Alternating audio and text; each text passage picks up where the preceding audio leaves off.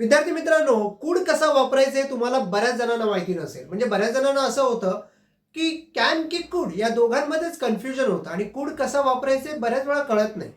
आज मी तुम्हाला कूडचे सगळे उपयोग सांगणार आहे आणि हो, व्हिडिओच्या सुरुवातीलाच सांगतोय. जर तुम्हाला हेल्पफुल वाटत असेल ना, तर मध्ये तुम्ही लाईकचं बटन दाबू शकता. सबस्क्राईब केलं नसेल तर सबस्क्राईब करून ठेवा.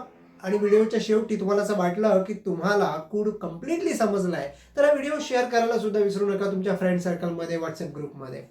सो बघा, जनरली हा जो कूड आहे ना, त्याचे 5 उपयोग आपण बघू शकतो. आता एक लक्षात घ्या की कूड हा काय आहे, तर कूड हा पास्ट ॲबिलिटी दाखवतो. म्हणजे कॅन हा प्रेझेंट ॲबिलिटी दाखवतो. ॲबिलिटी म्हणजे काय, जसं आपण म्हणतो मी इंग्रजी बोलू शकतो, ही माझी आत्ताची प्रेझेंट ॲबिलिटी आहे, बरोबर.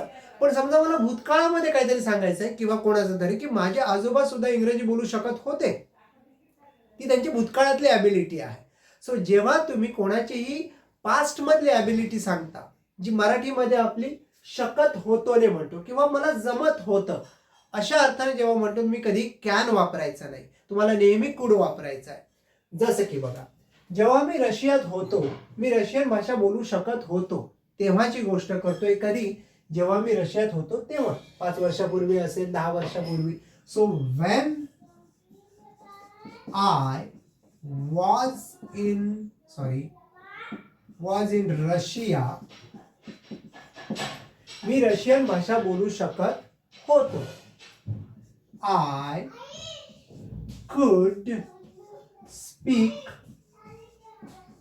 Russian language.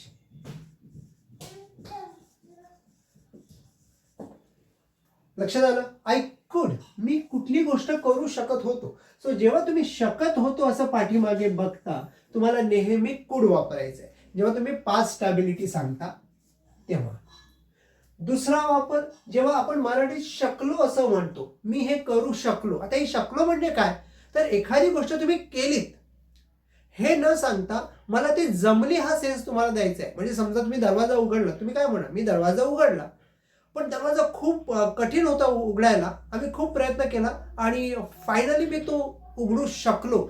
सो तेव्हाही तुम्ही दरवाजा उघडलात, पण तुम्ही ते शक्य झालं जेव्हा असं म्हणता, तुम्ही कुड वापरता शकलोसाठी. सो जेव्हा जेव्हा तुम्ही शकलो जेव्हा ऐकाल कुठेही, तुम्हाला कॅन वापरायचा नाही, तुम्हाला कुड वापरायचंय. जसं की आता बघा, मी कार थांबवू शकलो नाही. आय कुड, आता हे नाही आहे, फक्त कुडला नॉट लावायचं आहे. I could not stop the car. So तुम्ही नॉर्मली म्हणू शकता की नाही, I didn't stop the car, म्हणजे मी कार थांबवली नाही. मी कार थांबवली नाही म्हणजे माझ्या इच्छेने मी नाही थांबवली. I couldn't stop the car means I tried but it was not possible to me to stop the car. So जेव्हा तुम्ही कुड वापरता, ते मला शक्य झालं नाही असं तुम्ही अर्थ देता कुड मधून.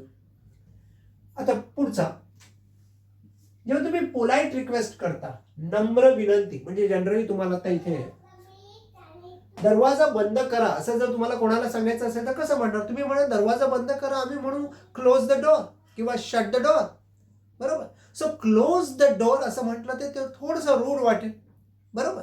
तुम्ही जास्तीत जास्त म्हणणार please close the door, please.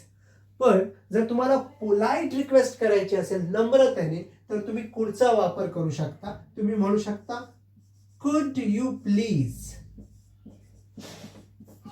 कुड you please. So he phrase लक्षात ठेवा, कुड you please close the door.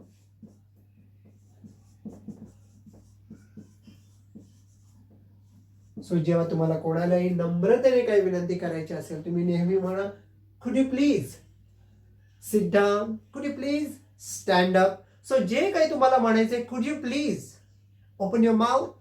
So could you please move a bit, could you please sing a song, असं तुम्ही काही म्हणू शकता, कुड यू प्लीज. त्याच्यानंतर अनरिअलिस्टिक सिच्युएशन्स मध्ये जेव्हा तुम्ही बोलता, अनरिअलिस्टिक सिच्युएशन्स म्हणजे काय, मी तुम्हाला वाक्य घेऊन सांगतोय. मी खूप थकलोय, म्हणजे तुम्ही काय म्हणणार, I am very tired. I am very tired, तुम्ही थकलाय. पुढचं वाक्य काय म्हणताय, मी एक आठवडा सुद्धा झोपू शकतो. मी एवढा थकलोय ना की मी एक आठवडा सुद्धा झोपू शकतो. आता इथे पाठीमागे शकतो आहे, बरोबर. शकतोला तुम्ही काय म्हणणार, कॅन. तुम्हाला वाटेल की कॅन, बट हे जे पुढचं इमॅजिन तुम्ही करताय, मी एक आठवडा सुद्धा झोपू शकतो, हे शक्य आहे का? खरंच तुम्ही झोपणार आहात का? नाही. तुम्ही इमॅजिन थोडंसं करताय, थोडंसं अनरिअलिस्टिक आहे, हे खरं नाहीये. सो अशा वेळी तुम्ही कुड वापरा. जसं की I can, no, I could sleep. मी झोपू शकतो. किती? Even for a week. So जेव्हा तुम्ही एखादी कल्पना करता की असं घडू शकतं, अनरिअलिस्टिक, कुड वापरा. जसं एखादी जागा तुम्हाला खूप आवडली, wow, it's so wonderful place, मी इथे 4 वर्ष सुद्धा राहू शकतो. सो तुम्ही इमॅजिन करताय, बरोबर. तुम्ही तिथे फक्त 1 दिवसासाठी गेलाय आणि तिथे जाऊन तुम्ही इमॅजिन करताय. सो अशा वेळी तुम्हाला कुड वापरायचं. I could stay here for even 4 years. So जेव्हा तुम्ही अनरिअलिस्टिक बोलता, जी शक्यता कमी आहे त्याला आपण लेस पॉसिबिलिटी पण म्हणू शकतो, पण अनरिअलिस्टिक सिच्युएशन्स आहे, त्यावेळी तुम्हाला कुड वापरायचं आहे.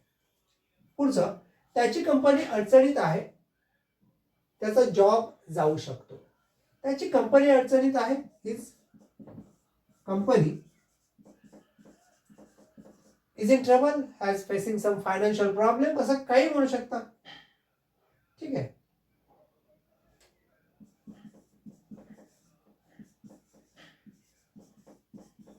वाक्य तुम्ही काही म्हणू शकता, काही प्रॉब्लेम नाहीये. पुढे बघा, त्याचा जॉब जाऊ शकतो. आता तुम्ही काय म्हणणार, he can lose his job.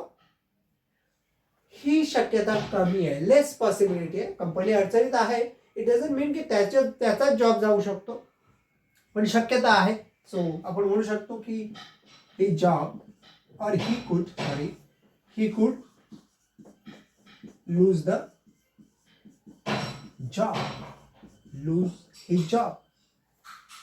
So simply जेव्हा एखाद्या गोष्टीची शक्यता कमी आहे, तुम्ही कुड वापरू शकता, सिम्पली. आता पुढे, तू घरी का थांबलास. हे तर वाक्य तुम्हाला इंग्लिश मध्ये बोलता येईल. वाय, हे नॉर्मल लची भाषा आहे. वाय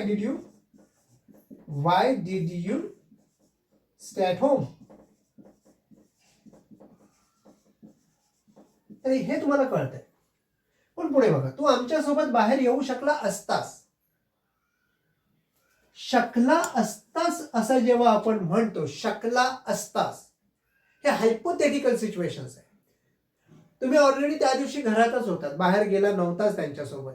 सो ती गोष्ट आता पुन्हा घडणार नाही. सो जेव्हा आपण शकला असतास असं म्हणतो, आपण नेहमी कुड एकटा वापरत नाही, पुढच्या जोडीला हॅव वापरतो. जसं की यू कुड have come. You could have come out with us. तू आमच्यासोबत येऊ शकला असतास. सो कुडचे जनरली हे 6 उपयोग लक्षात ठेवा. हा तुम्ही एंड बघून समजू शकता की शकला असतास की कुड हॅव बोलायचंय. मी जाऊ शकलो असतो, I could have gone there. मी जाऊ शकलो असतो, मी तिला इन्व्हाइट करू शकलो असतो, आय कुड हॅव इन्व्हाइटेड हर. तुम्ही इन्व्हाइट केलं का? नाही. अर्थात त्याच्यावर आपण स्वतंत्रपणे सुद्धा व्हिडिओज बनवलेला आहे कुड हॅव वर. तुमची जर इच्छा असेल, तुम्हाला हवा असेल तर जरूर सांगा, सर कुड have, should have, would have वर एखादा व्हिडिओ बनवा, तर मी जरूर बनवेन. आणि तुम्ही कमेंट्स केल्यानंतर मला कळतं सुद्धा की तुम्ही हा व्हिडिओ शेवटापर्यंत बघितलाय, म्हणूनच तुम्ही कमेंट्स करताय. व्हिडिओ आवडला असेल तर पुन्हा एकदा सांगतोय, शेअर, लाईक आणि सबस्क्राईब जरूर करा. धन्यवाद.